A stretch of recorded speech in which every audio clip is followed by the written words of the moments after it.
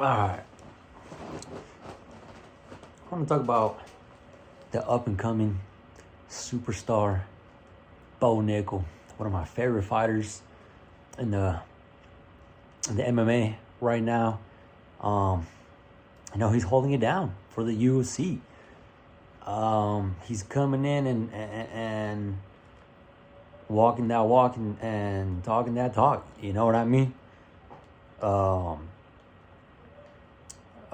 I think excuse me.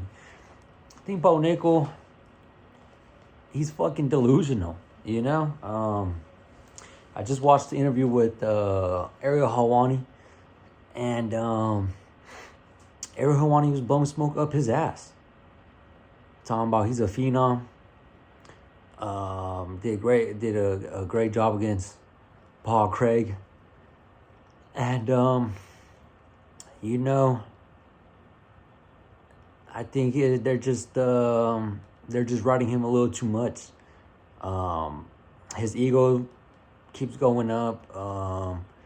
The delusion is just gonna keep skyrocketing. It's gonna be up there until he fights a top 10, top 5 contender. I mean, he's always talking about, ever since he came in, about his ground game, his wrestling, and how he could easily take Hamzat down, and he's even talked shit about Hamzat's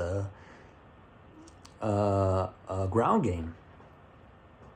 You know, saying that it's mid or lower than mid. If you watch the UFC and seeing Hamzat fight, I mean, are you gonna believe that? Like, what the fuck? Like, what? He's fucking crazy. You know, he's losing it day by day. And I think it's not only him being delusional, but I think it's also his coaches, the people he surrounds himself with. They're not being honest with him, you know. And they should keep Bo Nickal grounded. They need to stop fucking blowing smoke up his ass so much to the point where, you know, he's in a pretty difficult fight, and that fight will probably be against Hamzat. The UFC knows it. MMA fans know it, and I think even his coaches know it. But they're just trying to portray him as he's one of the best, one of the top right now, and they're trying to build him up as quickly as they can. That's why Dana White keeps on putting him in the main events, and it's fucking, you know, not main event worthy. If you would have put him in a main event, you know, as the main event fight, I think no one will really give a fuck. I don't know any Bo Nickal fans. My friends watch the MMA. I don't think they're Bo Nickal fans. I'm pretty sure they're not. I just haven't came across any Bo Nickal fans. I'm sure he has some. I don't know where they're at. They're not here though, and they're not present. He was getting booed, walking out, calling him overrated as soon as the fight was over, booing him and shit. And you know, I don't blame him. He's calling his fans, you know, drunk idiots. They don't know shit about the UFC, and you know, it's fucked up. Just calling everybody idiots and alcoholics. You know, not everyone drinks watching a UFC main event. And you know, there might be some casuals that do watch the UFC. Excuse me, I'm fucking bourbon. And truly don't know shit about Bo Nickal, and probably those are the ones that keep hyping him up and are also dick riding him, you know. So maybe he's getting all that delusion and smoke blown up his ass by them as well. But his team needs to set him straight. They need to be honest with him. If not, they're gonna see the decline of Bo Nickal. You know, I rewatched like a recap of Paul Craig and Bo Nickal, and you know, there was pretty much nothing there. You know what I mean? He should have at least tried to go for a takedown, see how he would do against a Brazilian Jiu-Jitsu. You know, it would have been interesting. And he should have shot it at the last round, or when he kind of rocked him in the third round, early in the third round. He should have done something so the fans could see how good his wrestling is. Basically, he was basically praising Paul Craig.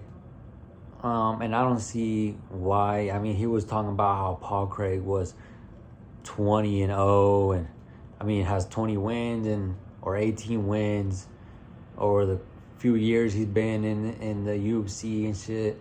I mean, if you go look at his fucking resume, I mean, come the fuck on. So he lost to Bo Nickal, lost to Barallo, lost to Brendan Allen against a submission, and Barallo got knocked out. And then a win against Andre Muniz in 2023, July. And then lost to Johnny Walker, and then lost to Volkan in 2022 against, it was a unanimous decision. So, if it wasn't for Muniz and him getting that win, he would have been in a 5 losing streak before fighting Bo Nickal. Now he's in the 6 fight losing streak. And that would have, you know, he should have been cut from the UFC. But Dana White knows what he's doing. He you know, he's behind Bo Nickal. He's trying to get him up there in the rankings and trying to make him the next superstar. He's not a draw, not yet. I'm not sure if he ever will be. Bo Nickal's one of my least favorite fighters. And it's embarrassing. It's embarrassing in him and his coaches, and embarrassing in the interview. It was stupid. Bo Nickal also brings up that it was a dominating fight. That he didn't really get damaged in that fight as well. I mean, look at his fucking look at his fucking right eye. You know, it's bruised the fuck up. I feel like the fight was back and forth. It was a mediocre win for Bo Nickal. I don't know why he's acting like he defeated one of the top 10 contenders. And he needs to, you know, look at other fighters. He needs to just look at Yuri. He needs to take down some notes, go get fucking locked up in a room by himself for 3 nights, 4 nights, a week maybe, and fucking think about his life. Think about his decisions and just stop being so delusional. You know? He needs to fucking realize that he's not up there yet with those contenders. I mean, I feel like if you give him Hamzat Chimaev, if you give a fight, it's over for Bo Nickal. He would get demolished. He would get 8. You know, ground and pounded, manhandled, thrown around the cage, thrown outside of the cage too. Fuck it. I think it's a bad call out. Yeah, and he's done it in the past. If you've been watching the UFC, you know Bo Nickal called Hamzat Chimaev, and Bo Nickal thinks he's really up next. He thinks he thinks he's already up there, which I don't believe him, and I don't give a fuck about his fights. You know, until he fights the top 10 contenders, then I'll start giving a fuck and see how he performs against them. I would love that Hamzat fight just to see Bo Nickal lose. I think it'll be pretty interesting, and I'm putting my my bank account on that fight. You know, so DraftKings, here I come.